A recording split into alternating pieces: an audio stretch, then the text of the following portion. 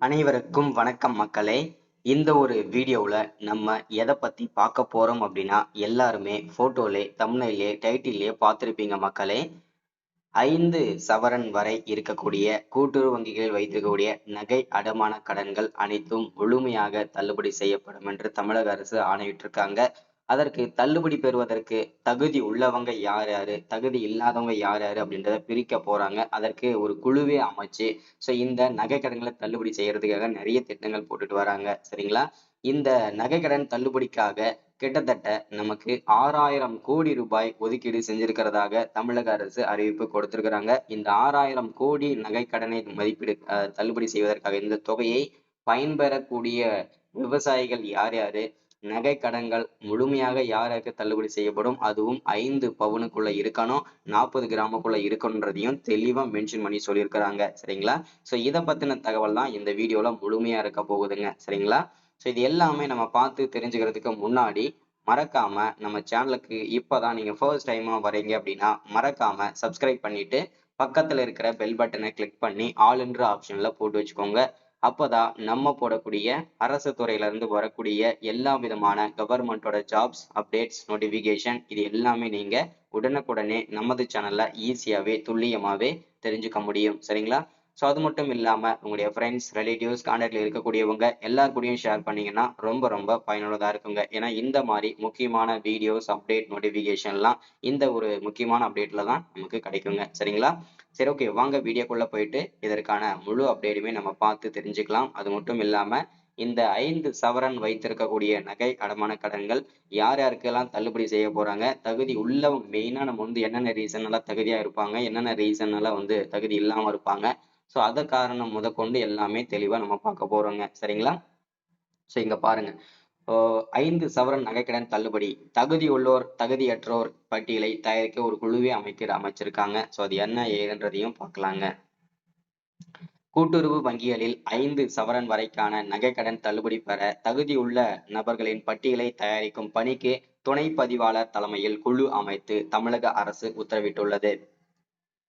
கடந்த நவம்பர் 2021 தேதி தமிழக கூட்டுறவு உணவு மற்றும் நுகர்வோர் பாதுகாப்புத்துறை கூட்டுறவு வங்கிகளில் 5 சவரன் வரை வைக்கப்பட்டுள்ள நகைக்கடன்கள் தள்ளுபடிக்காக சொல்லியிருந்தாங்க.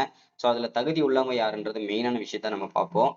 தமிழக அரசால் வைக்கப்பட்டுள்ள குடும்ப அட்டையில் வழங்கப்பட்டுள்ள ஒன்று அல்லது ஒன்றுக்கு மேற்பட்ட குடும்ப உறுப்பினர்கள், ஒன்று அல்லது ஒன்றுக்கு மேற்பட்ட கூட்டுறவு நிறுவனங்களில் ஒன்று அல்லது ஒன்றுக்கு மேற்பட்ட பொது நகைக்கடன்கள் பெற்றிருந்து அவர்களின் மொத்த நகைக்கடன்களின் மொத்த எடை 40 கிராம் வரை, அதாவது 5 பவுன் வரை இருந்தால் இதர தகுதிகள் உட்பட்டு அவர்களின் நகைக்கடன் தள்ளுபடி செய்யப்படும் என்று தமிழக அரசு அறிவிப்பு கொடுத்திருக்கிறாங்க.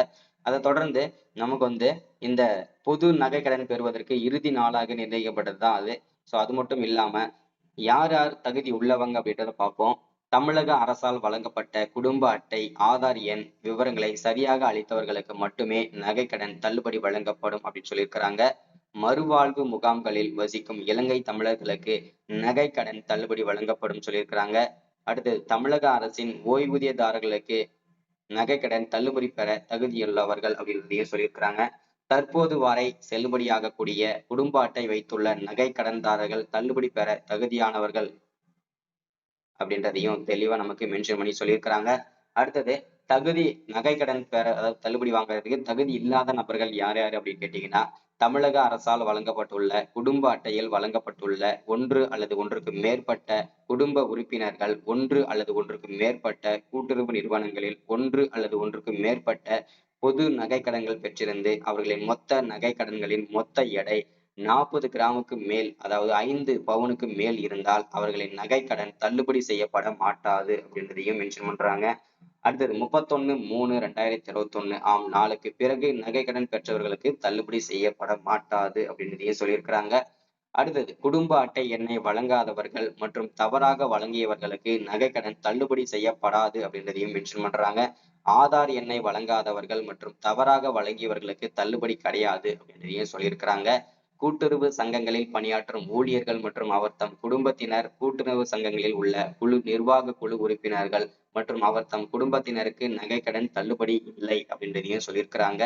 அடுத்தது அனைத்து அரசு ஊழியர்கள் மற்றும் அவர் தம் குடும்பத்தினருக்கும் நகைக்கடன் தள்ளுபடி கிடையாது அப்படின்றதையும் சொல்லியிருக்கிறாங்க. எந்த பொருளும் வேண்டாத குடும்ப அட்டையினருக்கு நகைக்கடன் தள்ளுபடி கிடையாது அப்படின்றதையும் சொல்லியிருக்கிறாங்க. 2021ஆம் ஆண்டு பயிர்க்கடன் வாங்கி தள்ளுபடி பெற்றவர்கள் மற்றும் குடும்ப அட்டையின்படி இடம்பெற்றுள்ள அவர் தம் குடும்பத்தினருக்கு நகைக்கடன் தள்ளுபடி கிடையாது அப்படின்றதையும் மென்ஷன் பண்றாங்க. நகைக்கடன் தொகையை முழுமையாக செலுத்தியவர்களுக்கு நகைக்கடன் தள்ளுபடி கிடையாது அப்படின்றதையும் சொல்லியிருக்கிறாங்க. ஒன்றோ அல்லது ஒன்றுக்கு மேற்பட்ட நகைக்கடன்கள் மூலம் மொத்த எடை 40 கிராமும் கூடுதலாக பெற்ற அந்தியோதயா அன்ன யோஜனா AAY குடும்ப அட்டைதாரர்களுக்கு நகைக்கடன் தள்ளுபடி கிடையாது அப்படின்றதையும் சொல்லியிருக்கிறாங்க. நகைகளே இல்லாமல் ஏட்டளவில் வழங்கப்பட்ட நகை கடன்களுக்கு தள்ளுபடி கிடையாது அப்படின்றதையும் சொல்லியிருக்கிறாங்க.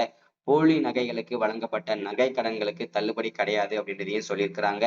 சுய விருப்பத்தின் பெயரில் நகைக்கடன் பெற விருப்பமில்லாதவர்கள் படிவம் 3இல் உறுதிமொழி சான்று தர வேண்டும் அப்படின்றதையும் மென்ஷன் பண்றாங்க.